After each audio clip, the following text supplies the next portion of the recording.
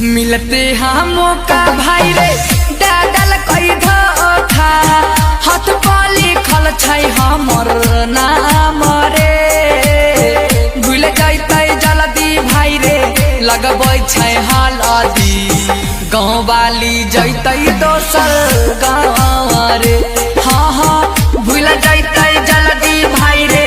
लगबै छै हल्दी गाँव वाली जैतै दोसर गाँव रे मिलते हाँ मौका भाई रे डाडल कई धोखा हाथ पर लिखल छै हमर नाम रे भूल जैतै जल्दी भाई रे लगबै छै हल्दी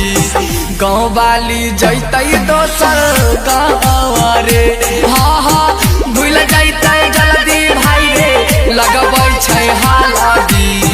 गाँव वाली जैतै दोसर गाँव रे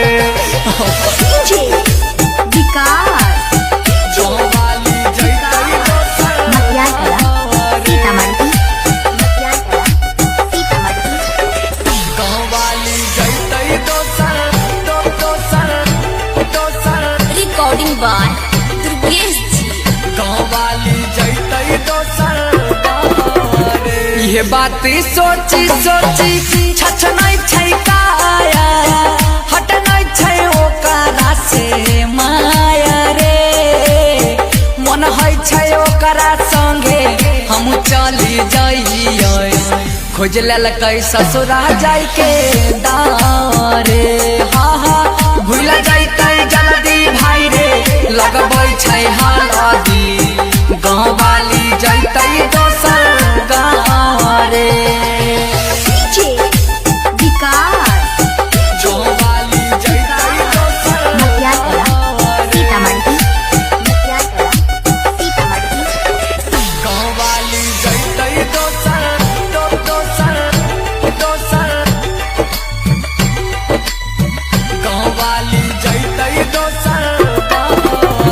सागर सुमन के कलकै जिंदगी से दूर रे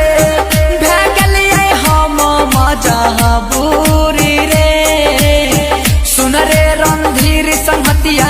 बिगड़ल छै हमरो मतिया बन जैतै दुर्गेशवा के बाहु रे